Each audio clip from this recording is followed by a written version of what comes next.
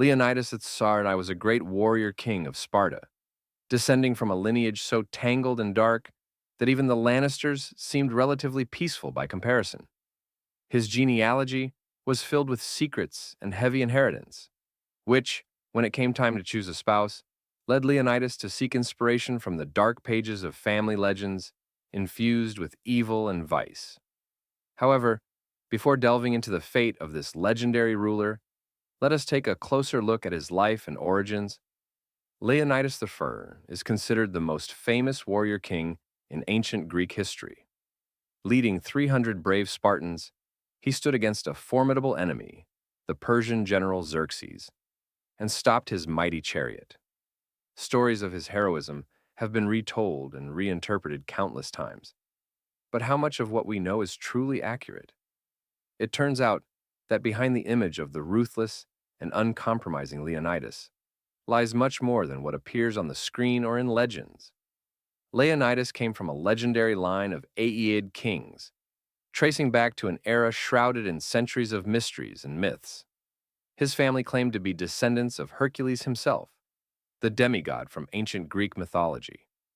Apparently, Leonidas's very birth could have been a miracle, since his father Anaxandrus and his mother, whose name has been lost to history, had been unable to have children for many years. The fear of a possible childless future grew among the Spartan elite, the powerful council of elders, which played a vital role in governing the state.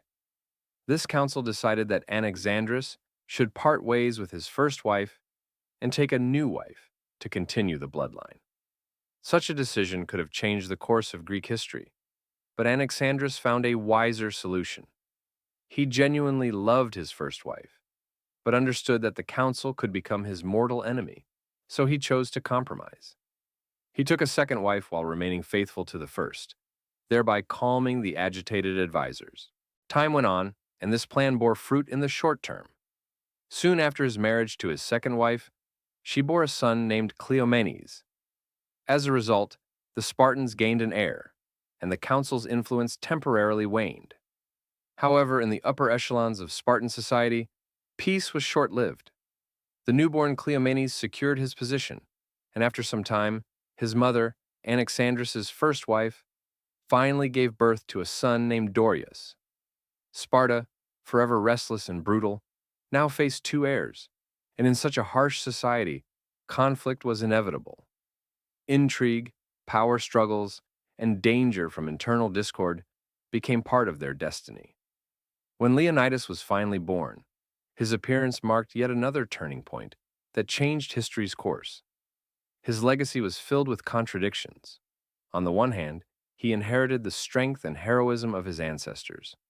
On the other, his complex, tangled genealogical history stretched across centuries.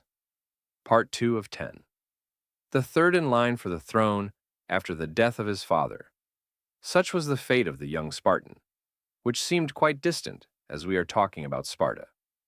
In this city-state, few reached an advanced age, and it was no surprise that both brothers of Leonidas met tragic ends. After the death of Anaxandrus, his eldest son, Leonidas inherited the throne, becoming a half-brother to Hipparchus, son of Anaxandrus from another marriage. But not all Spartans supported this decision.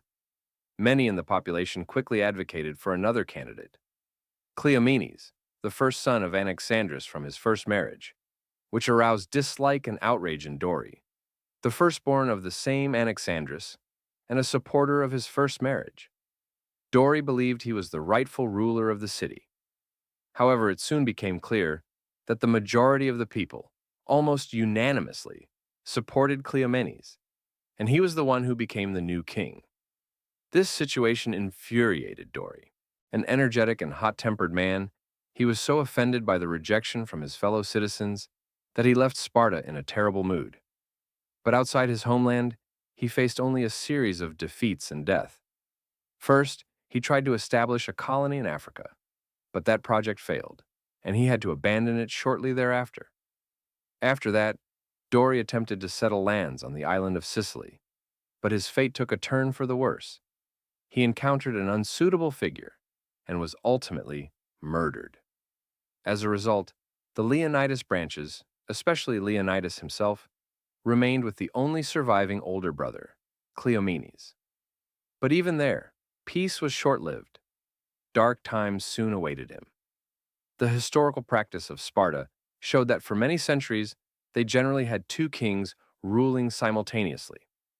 While Cleomenes reigned, he shared power with Damarata, but these two were sworn enemies, and their mutual hostility dramatically complicated internal affairs. It was this enmity that gave Leonidas a perfect opportunity to take advantage of the situation and restore his proper position. Like his predecessor, Cleomenes was a fearless military leader and king, and his rule saw the growth of Sparta, a powerful and respected polis that inspired both fear and reverence. However, his fate soon acquired a dark hue. He was caught preparing conspiracies against his co-ruler, and eventually the Spartans decided to exile him. But exile was not the end of his struggle. Soon, Cleomenes gathered his army to forcibly reclaim the throne and restore his authority. Sparta, fearing a bloody civil war, acquiesced. It had to allow the return of the exiled king. However, once he appeared before the people again, opinions about him changed sharply. According to ancient sources, by that time, Cleomenes had become unrecognizable. He was not just a changed man, but was virtually doomed to madness. And at that moment, it was no longer possible to allow him to bring Sparta to ruin once more. Therefore, Leonidas's brother, his blood relative, Leonidas, was forced to take a cruel step, treacherously destroying his kin's hopes and plans. Leonidas became a judge once again amid the tragic chaos of the struggle. He ordered his men to imprison his brother. It is explicitly stated, on his command, possibly driven by madness or a broken heart after betrayal. Soon after, unable to bear the weight of mental torment related to loss and fears, he committed suicide. After Leonidas's death, another took his place, Leonidas, who believed clearly that it was his right and duty. In one well-known story, a certain man tried to belittle him by mocking, "Aside from being a king, you are no better than us." Leonidas responded nobly, and his words were so spoken that they remained in memory. He declared, "If I were not better than you, why would I become a king?" This response reflected his complete confidence in himself, which would later become an inherent part of his character. But he understood that many hardships lay ahead, and every word in this sparring reply was infused with certainty and firmness. Overall, Leonidas had a noticeable inclination towards conviction in his own exceptionalism. However, he had every reason for such confidence. His achievements confirmed his words. Unlike the eldest sons of kings in Sparta, who were released from the harsh, rigorous education known as the agoge, Leonidas endured this strict trial. His childhood was spent in fierce fights for survival, rhythmically training in the Spartan schools. He fought for survival alongside other boys, and it was these trials that hardened him with an iron will. By the time he ascended the throne, he had become one of the most dangerous and mortally prepared warriors that Greece knew. In this respect, his reputation grew with each day, and enemies, especially the Persians, quickly realized that with such a king, jokes would be dangerous. Leonidas's power had already begun to become legendary, even before the corrupt King Xerxes invaded Greece with his vast army. When the leaders of the Greek city-states gathered to decide who would lead their forces against the Persian invasion, the unanimous decision came swiftly. All votes were for Leonidas. His choice justified expectations. As some of the most memorable battles in history unfolded, he took command of the Greek forces, demonstrating unparalleled bravery and leadership. However, his fate was foretold by a prophecy originating from the mysterious Delphic oracle. Hearing these dark words, many soldiers and leaders perceived them as a fateful challenge, since the oracle presented an ultimatum. Either Persia would destroy Sparta, or they would lose their king. For the Greeks, the oracle's words were sacred. This was a divine message transmitted directly from the gods, and every letter and word was valued deeply in its meaning. Perhaps other men would be alarmed or even deterred by such a prophecy, But Leonidas was unafraid of death. He went forth to meet his fate, determined to fulfill the prophecy and prove to everyone that even the most terrible predicted outcome would not stop him. Thus began his heroic struggle for Greece's freedom and his unwavering belief in divine premonition. For the historian Herodotus, the prophecy from the oracle was considered part of the reason why Leonidas did not take many men with him into battle to oppose Xerxes, the Persian king. He understood very well that his army was heading for inevitable death, fully aware of the danger and the unlikelihood of victory. In this situation, he made a difficult but crucial decision: to select only those Spartans whose living sons were ready to carry on their lineage and defend the honor of their family. In this way, he aimed to preserve his legacy and secure the future of his people, even at the cost of his own life. When the Persian king Xerxes advanced his forces into Greece, he arrived at an inopportune moment, during a sacred and significant festival for the Greeks known as the Carnia. This religious celebration was so important that, according to Spartan law, all warfare was forbidden during its duration. The very fact that combat actions could be undertaken during a holy festival speaks to its remarkable significance. Indeed, Spartan laws were so strict that even in such a festival, military engagements became impossible, only out of deep respect for the gods and traditions. However, the Persian army, led by Xerxes, was persistent and powerful, and the Greek defenders realized that ignoring it entirely was impossible. In a unique and unprecedented decision, the Spartans allowed Leonidas, their king, to leave Carnia slightly earlier than the sacred date expired, and to leave an advance guard to hold the Persians at bay. Thus, only 300 Spartans, elite commanders, and warriors found themselves on the front line at Thermopylae. But despite the widespread belief that these 300 fought alone, history is more nuanced. In fact, Leonidas's army consisted of a much larger number of people. It included not only those 300 Spartans, but also 900 Spartan slaves, helots, who served as servants and auxiliary forces. It is also possible that other Greeks, mercenaries or volunteers, joined them, increasing the total number of soldiers to about 7,000. Many modern viewers interpret the figures in depictions of the battle as dramatic, and of course, 300 sounds much more striking than 7,000. But it is this slightly larger number that makes the scene more credible and profound. Although Leonidas commanded a force seemingly smaller than one might expect, he chose not to gather a huge army, for other motives influenced him. Some historians believe that he deliberately left a significant portion of his troops behind to create an illusion of weakness, thereby encouraging other Greek allies to believe in his strength and not give up. In Leonidas's mind, his small army was meant to inspire his compatriots to resist and unite around the common fight for freedom. This entire story demonstrates that Leonidas fought not only for his personal honor, but also for all the Greek people. Essentially, he served as a symbol of unity and resistance. Although Spartan geography, being located on the Peloponnese Peninsula, connected to the mainland only by a narrow isthmus, made his strategic choice more deliberate, he still became a hero revered in both Greek and world legends, largely due to his courage and endurance. A group of Spartans believed that Leonidas should concentrate his defensive efforts at a small strategic point called Thermopylae, an ancient Greek term meaning hot gates, which perfectly reflected its natural feature. This narrow mountain pass was situated in central Greece and was an ideal location for a small but resolute band of warriors capable of holding back the advancing enemy force. Unfortunately for the defenders, this strategic site had one major vulnerability: a narrow, treacherous path looping around the main pass that could allow the enemy to outflank the defense. Local residents repeatedly warned Leonidas about this treacherous trail, and upon their advice, he left a small contingent of 1,000 Phocian warriors there to hold the line and guard the entire strategic operation.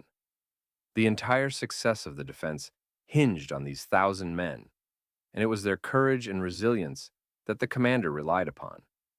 However, as it would soon become painfully evident, Leonidas's faith in his subordinates was misplaced, and the loyalty of these warriors was put to a deadly test. On his last day on earth, he realized that his trust had been betrayed.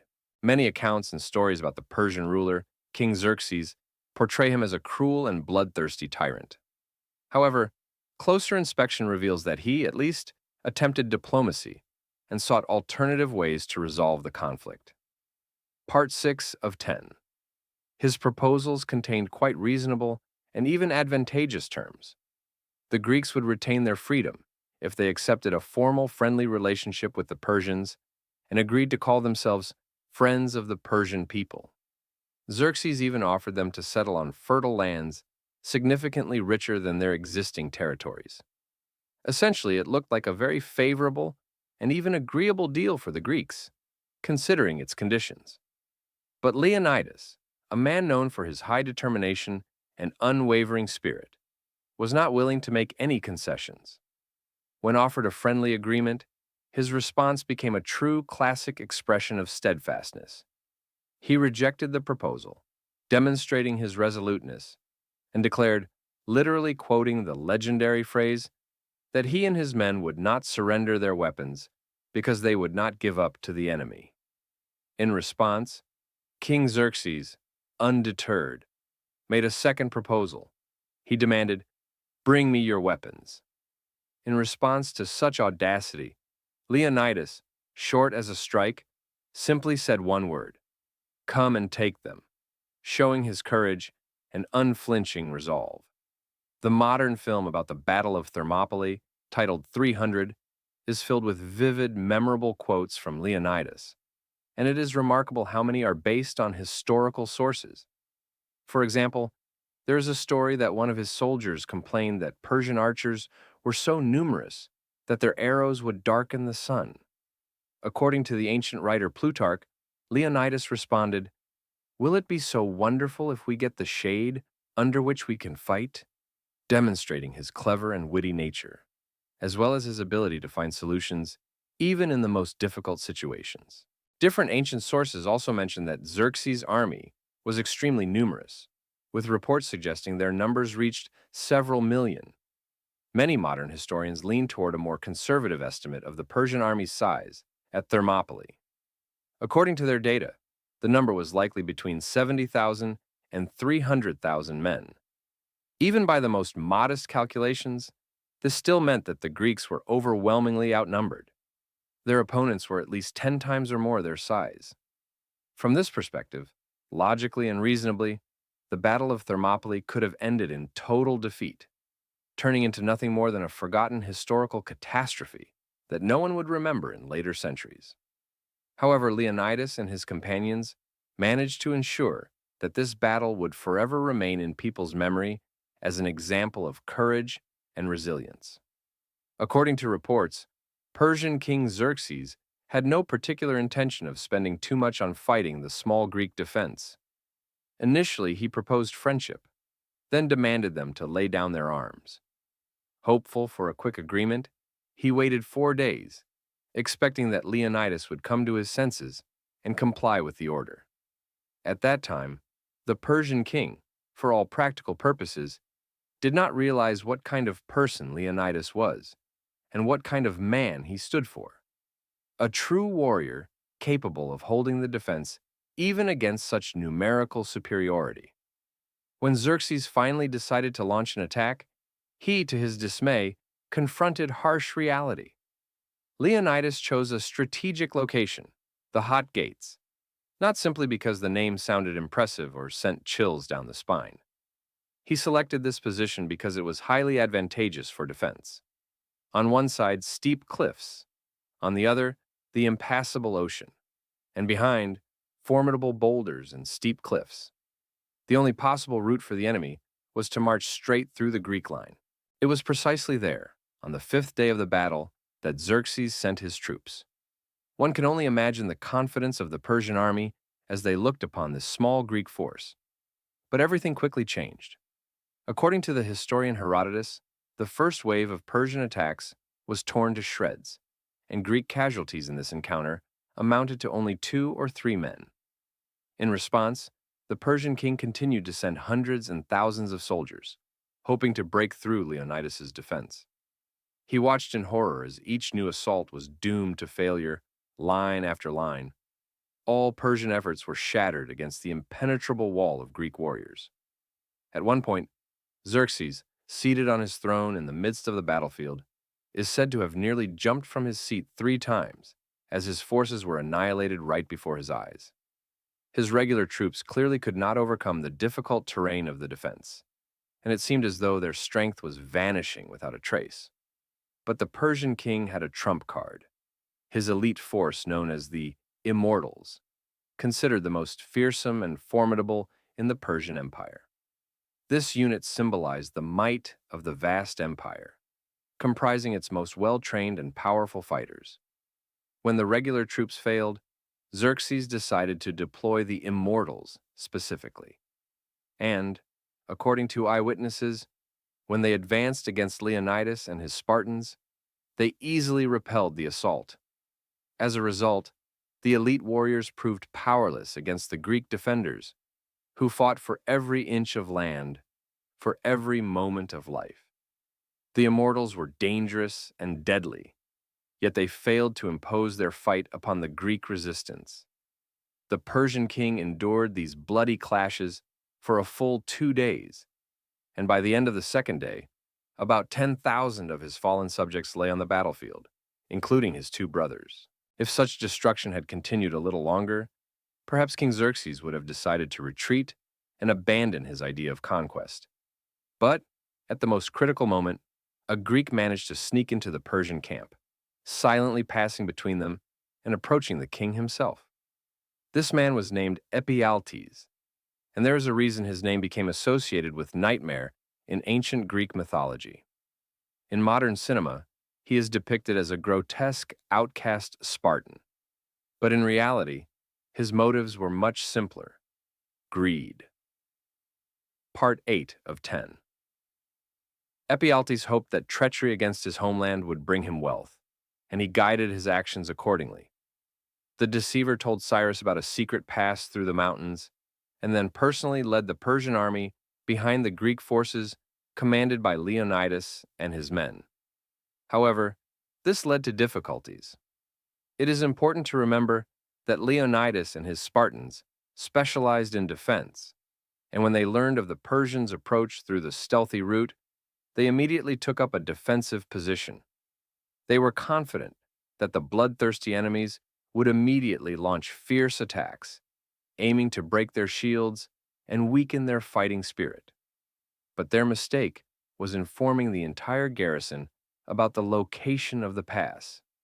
As a result, the Persian army, examining the area and spotting the weak spot, shot a few arrows toward the scouts, then advanced without delay directly into the main Greek camp, toward Leonidas and his men.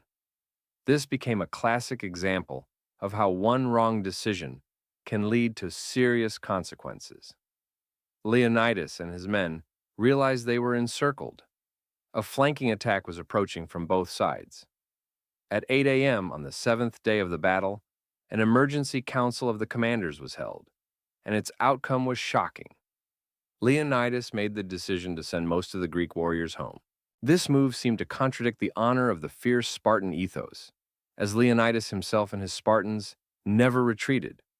But deep down, he understood that their chances of victory were minimal, and that the remaining fighters should conserve their strength for future battles. Nevertheless, Leonidas and his Spartans, true warriors in spirit, decided to stay and fight to the end. According to ancient Spartan wisdom, come back with your shield or on it.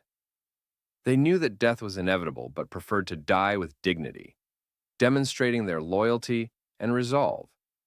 Their action became a living example of courage and unwavering devotion to their duty to the homeland, inspiring many generations to this day. The story of the 300 Spartans who stood united and bravely faced the seemingly unstoppable Persian army has long become legendary. Although Leonidas persuaded the other Greeks to stay home to avoid death, the spirit of Thespiae was unbroken. The men of Thespiae, unwavering and full of determination, refused to abandon their comrades and supported Leonidas and his 300 Spartans, who stood by him in the most dangerous moment. When on that fateful day, destiny struck them down, Leonidas and his men's last mission was not only an act of heroism and pride, but also a sacrifice for the greater good. Staying and fighting against the Persian cavalry, they bought their compatriots precious time to escape. Many of those who managed to slip away would, over time, play a key role in the final Greek victory over Xerxes, when the Persian army was finally defeated.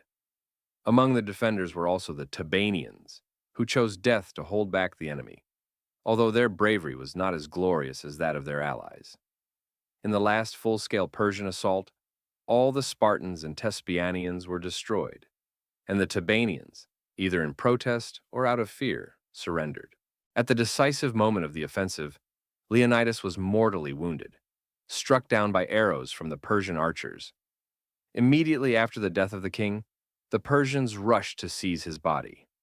The Spartans, demonstrating heroic courage, managed to capture the remnants of their leader, remaining nearby to give him a proper burial, although it was futile. Ultimately, the last of the Spartans joined his king, and the Persians, having stolen his body, took it to King Xerxes. Upon seeing the body, Xerxes paused to consider his treacherous plan. According to ancient Persian customs, the remains of enemy leaders were to be honored. However, the Persian king showed no mercy. He, veiling no fury, ordered his warriors to decapitate Leonidas and place his head on a spike. Then, as if that were not enough, he ordered his body to be crucified. Xerxes hoped to dishonor the memory of the Spartan king, humiliate him, and break the spirit of his legacy.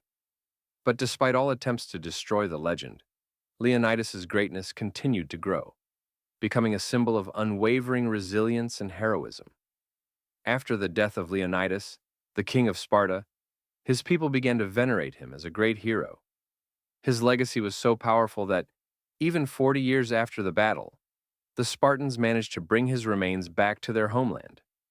For several centuries thereafter, the memory of Leonidas remained alive, and the cult of his personality persisted, transcending time and historical change. However, despite all the glory and honors associated with him, one must not forget the extremely dark details of his family history. The name of Leonidas's mother is lost in the annals. She remains unknown to this day. But one troubling fact is known, that she was the niece of his father. This horrifying and complicated family connection causes horror and disgust, as it makes their family tree very tangled and unpleasant. When the time came for Leonidas to choose a wife, he apparently drew dark ideas from his own father. While his older brothers, Cleomenes and Dionysius, conflicted and hated each other deeply, the sources provide no information about Leonidas's attitude toward his relatives. However, it can be assumed that he did not harbor such strong animosity toward his brother Cleomenes, as he married him. Leonidas married Gera, his cousin, and the daughter of Cleomenes, and thus repeated his father's fateful choice, marrying a woman from his close kin. Once again, like his father, Leonidas entered into marriage with his own niece, which at that time was a rare and highly controversial act, fraught with family complexities. Regarding his heroic final battle against the Persians, today, at the site of modern Thermopylae, you can see a memorial sculpture dedicated to these events. There stands a lion statue, a monument at the spot where Leonidas fought and fell in battle. The stone beast bears a simple inscription in Greek, "Come and take them." This inscription serves as a call to enemies, embodying the resilience and defiance of the Spartans. If you are interested in this incredible story of King Leonidas's life and heroic deeds, remember, such legends remain forever in memory, inspiring heroism in ancient tablets and modern monuments.